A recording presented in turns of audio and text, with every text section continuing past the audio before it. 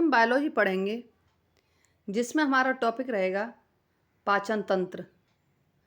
पाचन क्रिया। पाचन तंत्र। पाचन क्रिया किस अंग में होती है? आहार नाल में।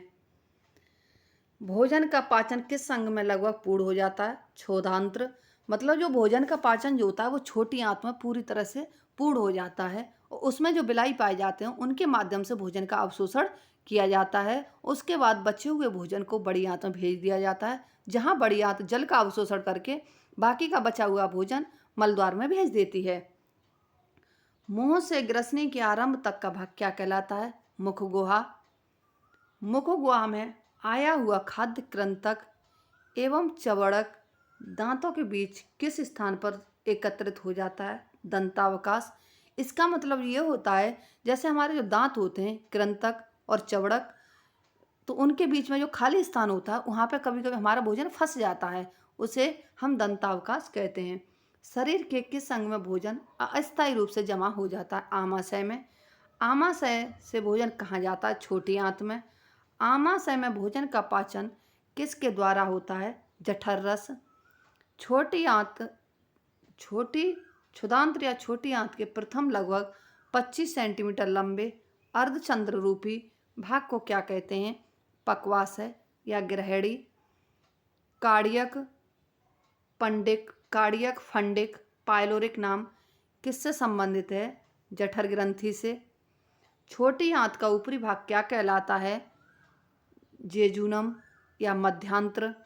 ग्रहणी में कौन से दो मुख्य पाचक रस आकार मिलते हैं? पित्त तथा अग्नाशय। शरीर की सबसे बड़ी ग्रंथि कौन सी है? यकृत या जिगर। इसमें यकृत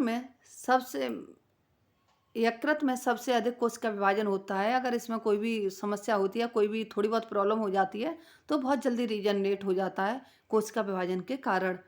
यकृत के दो खंड क्या कहलाते हैं? कॉर्डेर तथा क्वाड्रेट। शरीर की सबसे बड़ी रसायन फैक्ट्री कौन सी है? यकृत। खाद्य पदार्थों के विसरित होकर रुधिर में पहुंचने की क्रिया क्या कहलाती है? अवशोषण। पाचन की क्रिया में स्टार्च का अंतिम उत्पाद क्या बन जाता है? माल्टोज एवं डेक्स्ट्रिन।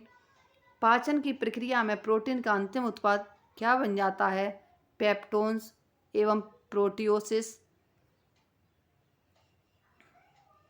पाचन की प्रक्रिया में दूध के प्रोटीन कैसिन का अंतिम उत्पाद क्या बन जाता है? पैराकैसिन। पाचन की प्रक्रिया में वसा का अंतिम उत्पाद क्या बन जाता है? एमल्सिफिकेशन। पाचन की प्रक्रिया में प्रोटीन का अंतिम उत्पाद क्या बन जाता है? पॉलीपेप्टाइड अणु। पाचन की प्रक्रिया में माड़ एवं जटिल शर्करा अणु का अंतिम उत्पाद क्या बन जाता है? डाइसैकेराइड्स। पाचन की प्रक्रिया में प्रोटीन के पॉलीपेप्टाइड का अंतिम उत्पाद क्या बन जाता है? एमिनो अम्ल। पाचन की प्रक्रिया में ट्रिप्सिनोजन का अंतिम उत्पाद क्या बन जाता है? ट्रिप्सिन। पाचन की प्रक्रिया में डाइसैकेराइड सुक्रोज का अंतिम उत्पाद कौन सा है? ग्लूकोज। पाचन की प्रक्रिया में लैक्टोज का अंतिम उत्पाद कौन सा है? ग्लूकोज व गैलेक्टोज। एंजाइम का एक अणु कितनी क्रियाओं को नियंत्रित कर सकता है? 10,000 से 10 लाख। निष्क्रिय अवस्था में एंजाइम क्या कहलाते हैं? Pro enzyme. पेप्सिन एंजाइम केवल किसे पचाता है? पेप्सिन एंजाइम केवल किसे पचाता है? प्रोटीन। अनुपयुक्त भोजन ग्रहण करने से स्वास्थ्य की हानि क्या कहलाती है? कुपोषण। वसा के अधिक अंतर्ग्रहण से क्या प्रतिक्रिया होती है? अतिकोलेस्टेरोलेमिया। अधिक कैलोरी के अंतर्ग्रहण से क्या प्रतिक्रिया होती है? मोटापा। वसा तथा खनिजों में विलेय विटामिनों का अत्यधिक अंतर्ग्रहण क्या कहलाता है? अविश्वालुता। माता के दूध के अभाव में 1 साल से कम आयु के शिशु में कौन सा रोग हो जाता है? मरामस। क्वाशरियोकर रोग अधिकांशतः कितनी आयु तक के शिशुओं में होता है? 5 वर्ष। आहार में लोहे की कमी के कारण कौन सा रोग हो जाता है? रक्ताल्पता या एनीमिया। शरीर में पोटेशियम की कमी के कारण कौन सा रोग होता है? हाइपोकैलेमिया।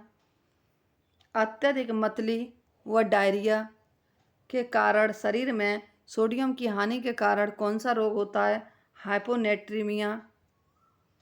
शरीर में आयोडीन की कमी के कारण कौन सा रोग होता है? गलगंड। अब हम श्वसन तंत्र देखेंगे। ऑक्सीजन का लेना और कार्बन डाइऑक्साइड का बाहर निकालना श्वसन कहलाता है।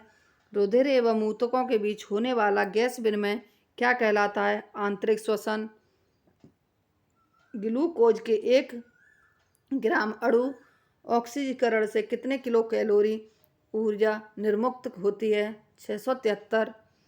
किस क्रिया में कार्बन यौगिक बैक्टीरिया व अन्य सूक्ष्म जीवों की उपस्थिति में सरल पदार्थों में टूट जाता है? किण्वन। किन कोशिकाओं द्वारा शर्करा के किण्वन से अल्कोहल व कार्बन डाइऑक्साइड बनते हैं? ईस्ट। किण्वन की क्रिया किस समूह के एंजाइम की उपस्थिति में होती है? जाइमेज। श्वसन किस प्रकार की क्रिया है? अपचय। प्रकाश संश्लेषण किस प्रकार की प्रक्रिया है? उपचय। श्वसन क्रिया किस में होती है? माइटोकॉन्ड्रिया में। प्रकाश संश्लेषण की क्रिया हरी कोशिकाओं में किस में होती है? क्लोरोप्लास्ट में।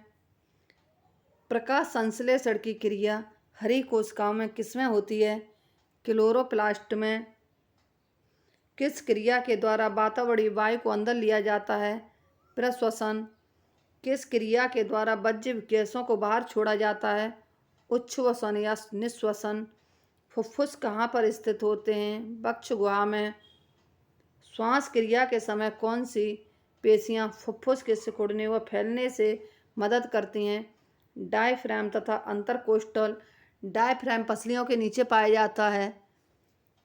ऑक्सीजन तथा रक्त किस कला की परत द्वारा पृथक होते रहते हैं? वायकोश केशिकीय कला। फुफ्फुस से बाहर निकलते समय रक्त में ऑक्सीजन का दाब कितना होता है?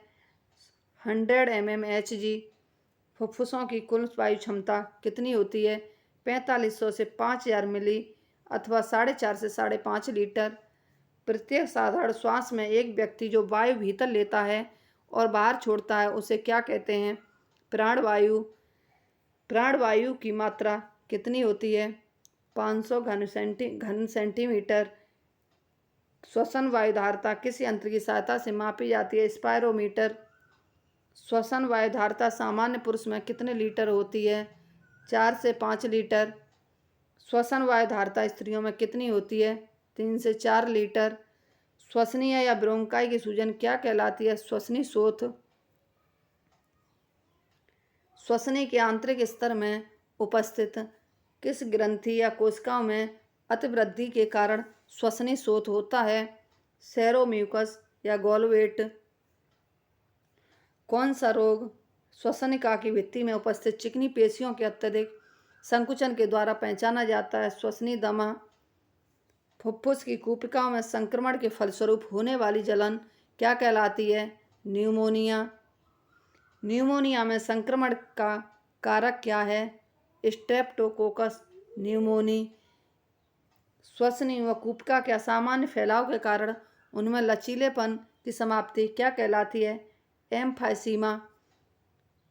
एम्फाइसीमा अवस्था का मुख्य कारण क्या है? दीर्घकालीन श्वसनी शोथ धूम्रपान। इसी के साथ ही हमारी आज की ये क्लास समाप्त होती है।